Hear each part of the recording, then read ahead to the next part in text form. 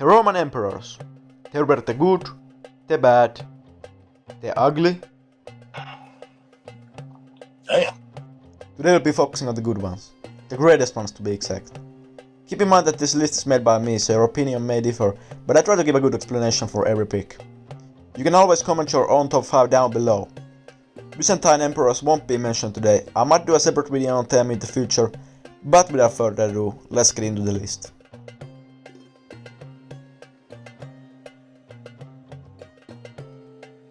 Coming in at number 5, we have Domitian. Domitian ruled the empire from 81 to 96 AD. Some think that Domitian was a paranoid emperor whose only contribution to the empire was putting down senators. While it is true that Domitian was somewhat paranoid, his legacy was greatly tarnished by the angry senators who wrote of him. In actuality, Domitian performed well in his job as an emperor. Domitian pursued successful military campaigns in several regions, including Germania and Dacia. He took measures to fortify the frontiers of the Roman Empire, building defensive walls and fortifications along the Rhine and Danube rivers.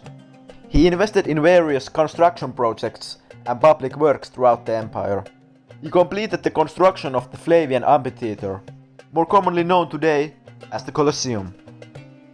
But his most important achievements were his financial reforms. He is the only emperor ever to take acts against inflation that actually helped. That reason alone makes him a vastly underrated emperor. All in all, Domitian had good legislation and administration, and he was all around a good leader, in spite of what the senators wrote down.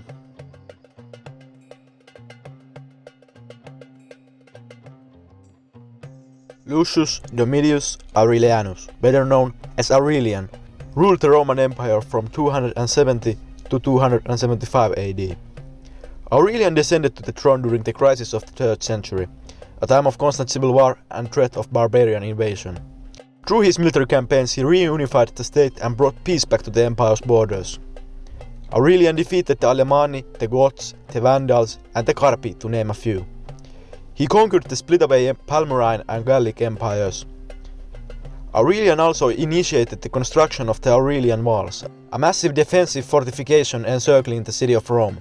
These walls helped protect the city from external threats and invasions. Aurelian sadly isn't higher on the list. While he achieved significant success, the shortness of his rule greatly limited the extent of his reforms and their long-term impact. Aurelian was assassinated by a group of officers that had been misled by Aurelian's secretary into believing that they were marked for execution. His reign ended in September of 295 AD, bringing a sad end to the Restitutor Orbis, restorer of the world.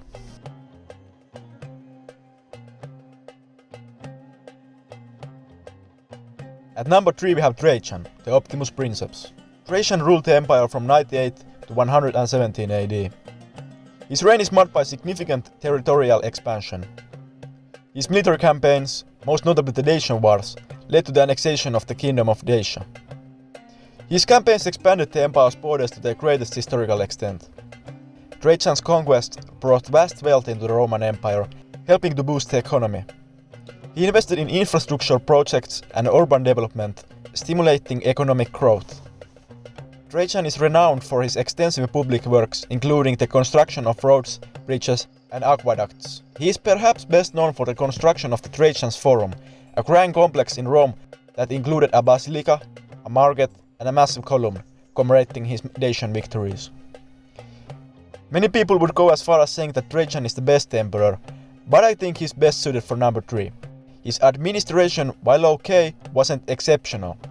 He's one of the greatest generals in Roman history, but I think the point can be made that his expansionist policies were too aggressive and unsustainable.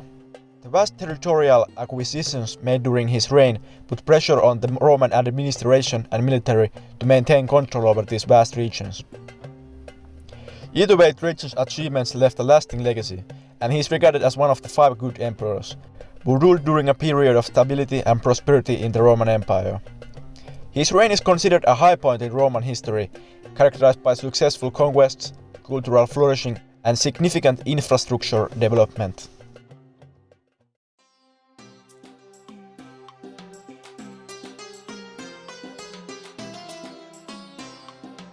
Constantine I, also known as Constantine the Great, ruled the Roman Empire from 306 to 337 AD. Constantine's military successes played a crucial role in reuniting the Roman Empire, which had been fragmented during the crisis of the 3rd century. Constantine's reign saw a series of civil wars and power struggles. He faced off against Licinius, his co-emperor, in a series of conflicts. After several battles, Constantine emerged victorious, solidifying his position as the sole ruler of the Roman Empire. His victories helped restore a sense of unity and centralized authority in the empire. Constantine also conducted campaigns in the eastern part of the empire, expanding its borders. He fought against the Sarmatians, Goths and other barbarian tribes, successfully pushing back invaders and securing the eastern frontiers. Constantine established the city of Constantinople as the new, safer and more strategically sound capital of the empire. Constantine is also remembered for his great administration. He divided the empire into eastern and western administrative regions, each with its own capital, which laid the foundation for the later division into the Eastern Roman Empire and the Western Roman Empire. Without these reforms, the empire could have fallen way before than it actually did. He brought back peace to the empire after years of internal strife and external threats. His military prowess, combined with his administrative and political reforms, contributed to his legacy as one of the most influential emperors in Roman history.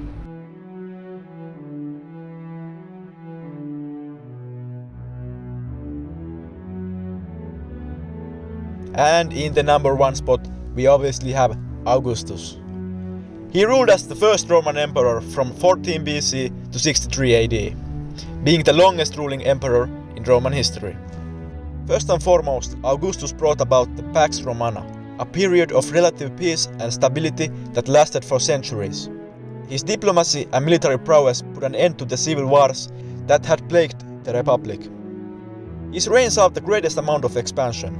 He secured the empire's borders, established a professional army, and maintained law and order within the provinces. This allowed for economic prosperity, cultural flourishing, and the unification of diverse peoples under Roman rule.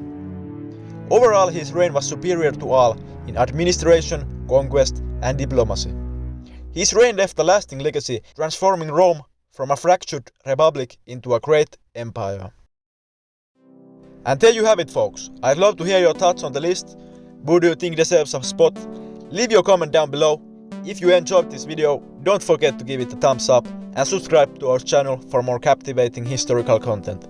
As always, thanks for watching, and I'll see you all in the next one.